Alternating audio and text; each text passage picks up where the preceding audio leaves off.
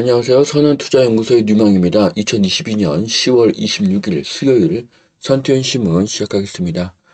첫 번째 한국경제신문입니다. 어제는 코스피 금리 환율이 하락했고요. 코스닥은 상승했습니다. 자, 지자체장 리스크에 곳곳 제2의 레고랜드 사태가 일어날 수 있다는 기사입니다. 사업성 확인 없이 진행한 사업들이 고금리 시기에 진입하면서 사업을 뒤집는 사례가 더 늘어날 것으로 보여집니다. 금리 인상에 은행만 호황, 순이익이 사상 최대라고 합니다. 은행이 가장 큰 이익을 얻고 있는데요. 예대 마진이 엄청난 것으로 보여집니다. 자, 시진핑 마이웨이의 불안 폭증, 중국 부호 재산 하루에 50조가 증발했습니다. 주가가 10% 이상 하락을 했고요. 위안화의 가치가 폭락을 하고 있습니다. 자, 중국이 반시장 정책으로 가려 하고 미국이 중국을 제재하니 기업들이 중국을 떠나고 중국의 주가는 하락하고 있습니다. 중국과 한국의 수출품이 같기 때문에 한국에는 좋은 상황으로 볼 수가 있습니다. 자, 집값 하락하는 지금이 경부선 지하화 적기라는 기사입니다. 왕복 4차선을 도무로 덮어서 공원화하거나 상부를 복합 개발하는 방안을 제시했고요. 그 다음에 양재에서 기흥 구간을 개발해서 판교 밸리와 연결해서 K 반도체 밸리를 확대하면은 한국의 성장 동력을 키울 수 있다는 기사입니다. 자, 경부선을 지하화하면 큰 땅이 생기겠죠. 자, 네이버에서 제가 이렇게 K 반도체 밸리의 지도를 이렇게 캡처해 봤습니다. 자, 이렇게 K자의 중심은 기흥인 것을 알 수가 있습니다. 그래서 앞으로 기흥 쪽으로 그 반도체 인력과 반도체 기업들이 많이 몰려들 것으로 예상을 합니다. 자, 두산 원전 반도체 DX 인재를 모시고 있다고 합니다. 두산 에너빌리티는 원전 수력 발전 플랜트 설계와 재무관리 분야의 인력을 모집 중이라고 하는데요. 자, 두산이 채용을 늘리고 있습니다. 두산은 투자를 늘리는 것입니다. 두산의 미래가 밝습니다. 자, 데니얼 핀토 미국 기준금리 연 5%가 되면 인플레이가 잡힐 것이라는 그런 기사인데요. 자, 금리가 오른다고 해서 인플레이션이 꼭 잡힐지는 의문입니다. 자, 미국의 기준금리가 5%가 되면 한국은 기준금리가 3.5% 이상이 되는데요. 그렇게 되면 한국의 대부분의 기업은 무너질 것입니다. 미국을 제외한 대부분의 나라가 디폴트를 선언할 것입니다. 자, 미국의 기준금리가 5%면 물가가 잡힐지는 몰라도 세계에는 재앙이 될 것입니다.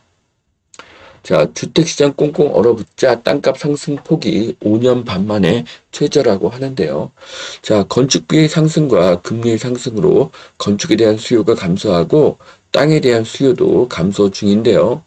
자, 이 기사를 자세히 보면은 땅값이 하락했다는 기사가 아니라 상승폭이 낮아졌다는 그런 기사입니다. 그래서 지금 아파트 가격은 하락을 하고 있지만 토지의 가격은 계속 상승 중이라는 것을 알 수가 있습니다. 그래서 부동산 투자에 있어서 땅의 개념은 굉장히 중요한 것이죠. 자, 대형 정비사업 스토어 서울의 분양이 85%가 증발했다고 합니다.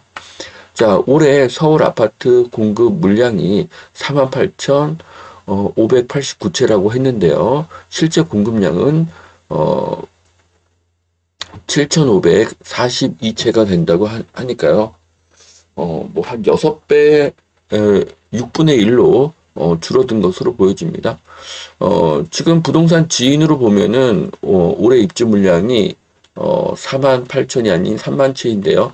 이건 아마 둔촌 주공의 그 사업 지연이 원인이 될 수도 있습니다.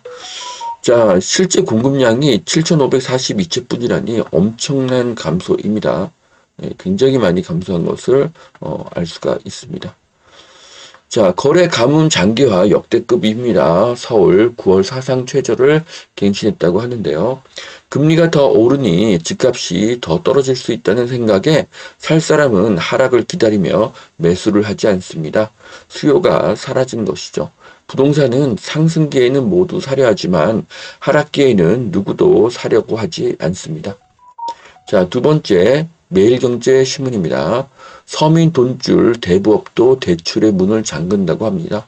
자, 시중에 돈을 돌지 않으면 진짜 경제 위기가 생기는데요. 경제 위기는 자산 투자의 기회인데 돈을 빌릴 수 없다는 것이 문제가 될 수 있습니다.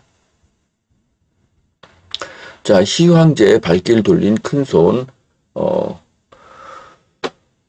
미국의 투자자들이라든지 미국의 기업들이 중국을 떠나서 이제 한국에 투자를 하고, 한국의 주식을 사고 있다는 것입니다. 아까 말씀드렸듯이 중국의 위기가 한국에는 기회가 될 것이고요. 중국에 진출했던 외국 기업이 한국으로 유입되는 경우도 늘어날 것입니다. 자, 고물가 감원 공포에 덮친 실리콘밸리 얼마나 버틸지 막막하다고 하는데요. 최근에 페이스북이죠. 예, 메타가 엄청나게 감원을 하고 있다고 합니다. 자, 여기는 1억 6천만 원의 연봉도 빠듯하다고 하고요. 실리콘밸리를 56%가 떠나고 싶다고 합니다. 어린이집 종일반이 월 300만 원이라고 하네요. 자, 미국은 가장 부자의 나라죠. 인건비도 비싸고 시급도 한국의 3배입니다. 하지만 물가도 굉장히 비싸다는 문제가 있죠. 자, 그래서 중위소득이 1억 6,752만 원이고요. 유아원비가 한 301만 원 정도가 나온다고 합니다. 방 2개, 방 2개면 한국에서 한 21평형 아파트인데요. 월세가 거의 600만 원이 나오고 있습니다. 자, 휘발유 가격은 한 2,600원 정도가 나오고 있습니다. 자, 그래서 물가가 너무 올라서 지금 가격표를 보고 싼 물건들을 찾고 있습니다. 자, 뉴욕의 그 40제곱미터 원룸 월세가 546만 원이라고 하는데요. 그나마 매물이 없다고 합니다.